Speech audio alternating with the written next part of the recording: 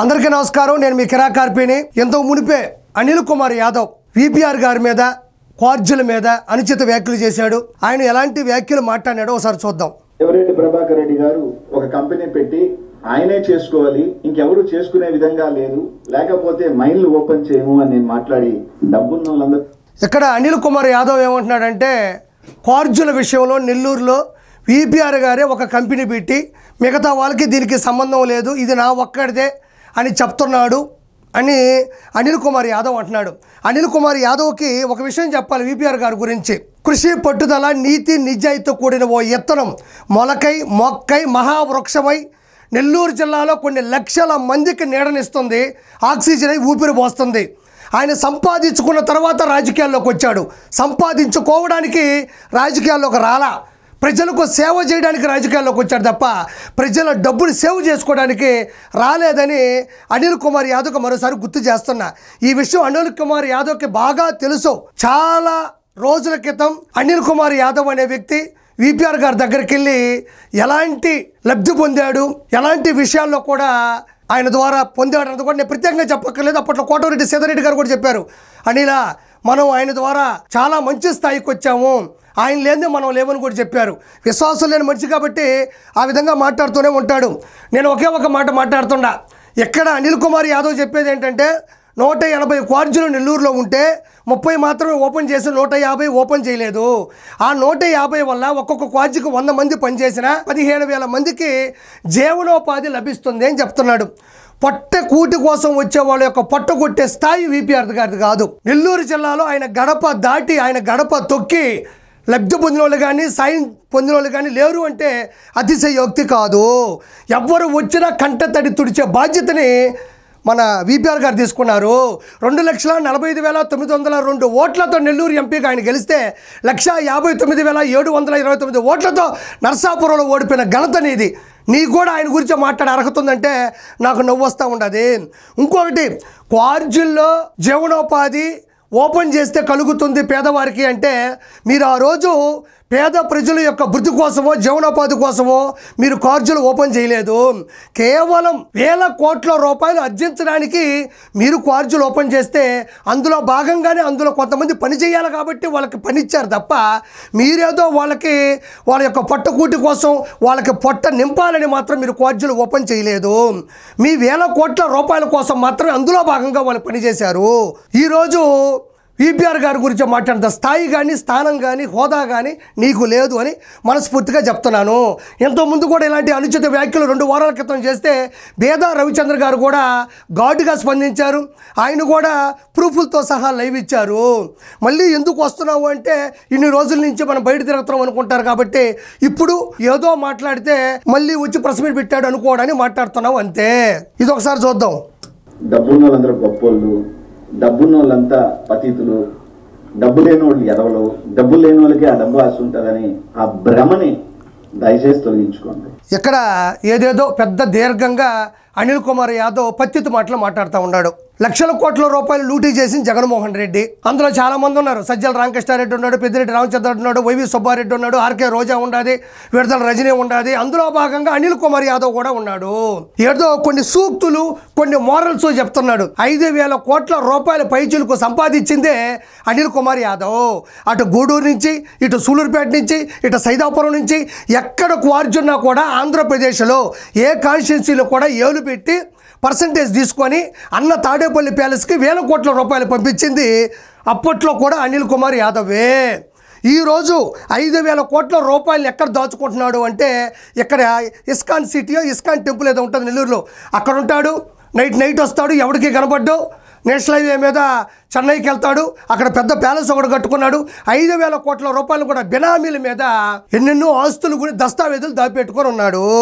ఈరోజు విపిఆర్ గారు డబ్బు ఉన్నంత మాత్రాన ఆయన ఏదో గొప్పోడా, లేకపోతే గొప్ప పేరు మీద బతుకుతున్నాడు, లోతుగా వెళ్తూ లోపాలు ఉన్నాయని చెప్పే స్థాయి నీది కాదు. ఆయనది తెరిచిన పుస్తకం, ఆయన ఒక చరిత్ర. విపిఆర్ గారి గురించి మాట్లాడే స్థాయి కానీ ఆయన ఖాళీ గోటికి కూడా నువ్వు పనికిరావు. కాబట్టే ఈరోజు 151లో 5 వెళ్ళిపోవడానికి 5 మంది ప్రముఖ వ్యక్తులు ఉన్నారు. 1 వల్లభనేని, 2 కొడాలి నాని, 3 ఆర్కే రోజా, 4 అనిల్ కుమార్ యాదవ్, 5 అంబటి రాంబాబు. ఈ 5 మందిలో మా నెల్లూరు సంబంధించినటువంటి అనిల్ కుమార్ యాదవ్ ఉండడం గమనార్హం. దొరికేదాకా విజయ్ మాల్యా కూడా మంచోడే, దొరికేదాకా రాజ్యసభ సభ్యుడే. దొరికిన తర్వాత విజయ్ మాల్యా లండన్లో తేలేడు. హర్షద్ మెహతా 90sలో 3000 crores, ఈ రోజు 2-3 లక్షల కోట్లు. నీరవ్ మోడీ దొరికేదాకా కూడా గుజరాత్లో నీరవ్ మోడీ చాలా పెద్ద మనిషే, దొరికిన తర్వాతే లండన్లో తేలేడు.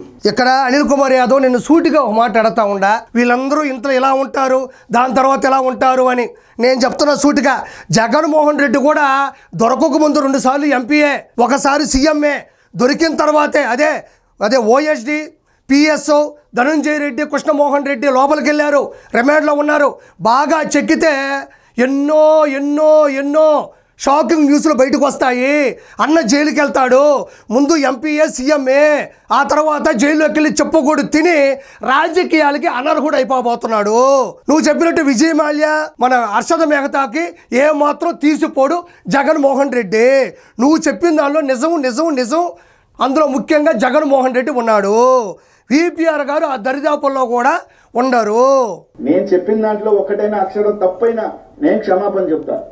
ఇక్కడ ఒకటి ఆలోచించాలా, ఈయన ఇంతకుముందు కూడా టీడీపీ పార్టీ కూటమి కానీ గెలిస్తే నేను రాజకీయ సన్యాసం తీసుకుంటా, నేను రాజకీయాల నుంచి వైదొలిగిపోతా అని చెప్పాడు. ఇప్పుడేమంటున్నాడు, నేను చెప్పింది నిజం కాకపోతే క్షమాపణ చెప్తా అంటున్నాడు. ఆ రోజు నుంచి ఈ రోజు వరకు రాజకీయాల్లోంచి వైదొలిగిందే లేదు. ఈ రోజు ఇది కరెక్ట్ కాదని తెలిస్తే నువ్వు క్షమాపణ చెప్పేదే లేదు. నువ్వు మాట మీద నిలబడవు, నెల్లూరులో అసలు నిలబడవు. ఎక్కడో మద్రాసుకో, బీహార్కో, చెన్నైకో, యాడాడుకో తిరిగి ఆడ ఫుల్గా ఎంజాయ్ చేసి, అరే ప్రజలు మనలో ఏమనుకుంటున్నారు ఏమన్నప్పుడు వచ్చి 4 పేపర్లు పట్టుకొని చెప్పినంత మాత్రం ఈజీగా జనాలు ఎవరో నమ్మరు. ఏదన్నా చెప్పే అనిల్ కుమార్ యాదవ్ ఏదో పాత, ఆయనకి నాకు పాత ఉండొచ్చయ్యా. ఏమన్నా ఉందా? కొండకి ఉన్నంత తేడా ఉందా నీకు ఆయనకి? కొండకి ఉన్నంత తేడా. ఆయనకి నాకు పాతవి ఏమైనా ఉండొచ్చు అంటున్నాడు. విపిఆర్ గారు ఏడ కూర్చొని ఉంటే ఆడేడో నిలబడుకునేవాడు నువ్వు నెల్లూరులో. అన్న అపాయింట్మెంట్ ఉందా, అన్న ఖాళీగా ఉన్నాడా, ఒకసారి అనిల్ కుమార్ యాదవ్ వచ్చాడని చెప్పు, 2 నిమిషాల కన్నా ఎక్కువ చెప్పండి అని చెప్పిన నువ్వు ఈరోజు ఆయనకి నాకు పాతవేవో ఉన్నాయి అంట. ఎవరే నీ మాటలు నమ్మేది నెల్లూరులో? నువ్వా? డబ్బులున్న వాళ్ళు కాబట్టి వాళ్ళ మీద ఎవరు ఏం మాట్లాడకూడదా? వాళ్ళందరూ కూడా పెద్ద మనుషులు అయిపోతారా? దైవాంశ సంభూతుడైనా ప్రెస్ మీట్ పెడతాడా? ఆయన వకాలతా పుచ్చుకున్న రవిచంద్ర గారు పెడతారా? ఇక్కడ అనిల్ కుమార్ యాదవ్ అంటున్నాడు 1000 కోట్ల రూపాయలు ఉన్నంత మాత్రాన వాళ్ళేం దేవుళ్ళు కాదు అన్నాడు. నీ దగ్గర కూడా 1000 కోట్ల రూపాయలు ఉన్నాయి, కాకపోతే వాళ్ళు నీతి నిజాయితీగా పరిశ్రమలు పెట్టుకొని నువ్వు చెడ్డీ వేసుకున్న టైంలోనే పారిశ్రామిక రంగంలో చరిత్ర సృష్టించిన వారు విపిఆర్ గారు. కాబట్టి ఆయన గురించి మాట్లాడే అర్హత కానీ నీకు లేదు, అది వేరే విషయం. ఇక్కడ ఏమంటున్నాడంటే దైవాంశ సంభూతుడేమైనా ప్రెస్ మీట్ పెడతాడా అంటున్నాడు. నిజంగా చెప్తా ఉన్నా, విపిఆర్ గారు దైవాంశ సంభూతుడే. పేద పిల్లలకి ఉచితంగా కార్పొరేట్ స్థాయిలో విద్యను అందిస్తున్న విపిఆర్ గారు దైవాంశ సంభూతుడే. పేద ప్రజలకి సౌలభ్యంగా ₹1 కూడా తీసుకోకుండా ఉచితంగా కార్పొరేట్ స్థాయిలో వైద్యాన్ని అందిస్తున్న విపిఆర్ గారు దైవాంశ సంభూతుడే. 100 వాటర్ ప్లాంట్లు పెట్టి నెల్లూరు జిల్లాలో ఉచితంగా మంచి నీటిని అందిస్తున్నటువంటి విపిఆర్ గారు దైవాంశ సంభూతుడే. హ్యాండిక్యాప్డ్ ట్రైసైకిల్స్, స్పోర్ట్స్ కిట్స్, కుల మతాలకు అతీతంగా నెల్లూరులో జరిగే ప్రతి పండగకి కోట్ల రూపాయలు ఖర్చు పెట్టి జాతరలా చేసే విపిఆర్ గారు దైవాంశ సంభూతుడే. ఆయన నిజంగా దైవాంశ సంభూతుడే. ఇలాంటి మంచి కార్యక్రమాలు ప్రపంచంలో ఏ ఒక్కరు చేసినా కూడా దైవాంశ సంభూతులే. కాబట్టి ఆయన గురించి మాట్లాడే అర్హత నీకు లేదని పదే చెబుతూనే ఉన్నాను. గుర్తుపెట్టుకో అనిల్ కుమార్ యాదవ్. ఈరోజు నేను ఒక మాట మాట్లాడుతూ ఉండా, కార్జులు ఓపెన్ చేస్తే కొన్ని 100 మందికి పని దొరుకుతుంది అంటున్నావు. అదే ఆ రోజు నువ్వు నీటిపారుదల శాఖ మంత్రిగా పనిచేస్తున్నావు. ఆ పోలవరం ప్రాజెక్ట్ అనేది 1000 కోట్ల రూపాయల నిధులతో కూడినది, లక్షల మందికి పనినిస్తుంది. కాఫర్ డ్యామ్ కావచ్చు, స్పిల్వే కావచ్చు, లెఫ్ట్ కెనాల్ కావచ్చు, రైట్ కెనాల్ కావచ్చు, ఇలా చాలా పనుల మీద 1000 కోట్ల రూపాయల నిధులతో లక్షల మందికి పని దొరికేది. అలాంటి పనిని నువ్వెందుకు మొదలెట్టలేదు, నువ్వెందుకు ఫినిష్ చేయలేదు? అసెంబ్లీలో అడిగితే %, 1% అని ఎందుకన్నావు?